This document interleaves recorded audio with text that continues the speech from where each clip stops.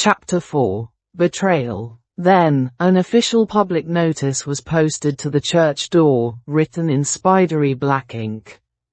Sarah Holloway, thou art summoned for witchcraft. Agnes stood at the hearth, Eliza sleeping soundly beside her. Rain tapped at the shutters. In her hands, she held a bundle of dried willow bark, Sarah's remedy, still tied with twine. Guilt twisted her soul. Eliza had lived because of Sarah. But the village was watching. The whispers had reached her doorstep. With hesitant hands, Agnes threw the bundle into the fire. It snapped and popped as it burned. She covered her face and wept.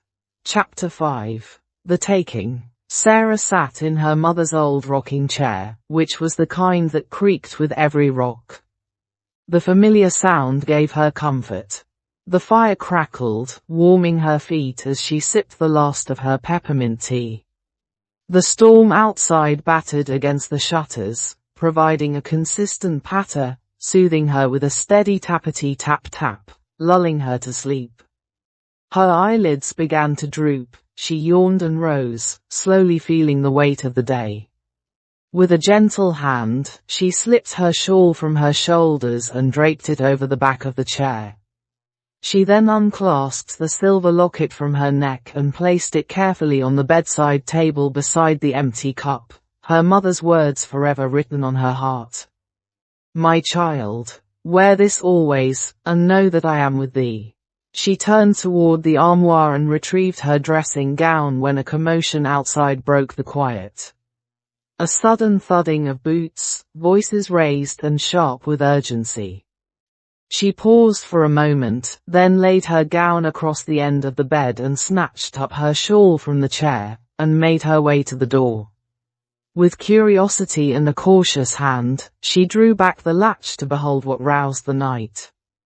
The moment the door opened, they were upon her.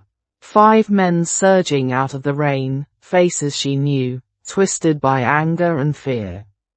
They grabbed her without saying a word. Their hands gripped her arms as the wind howled through the doorway. She gasped and tried to wrench free, but they held fast.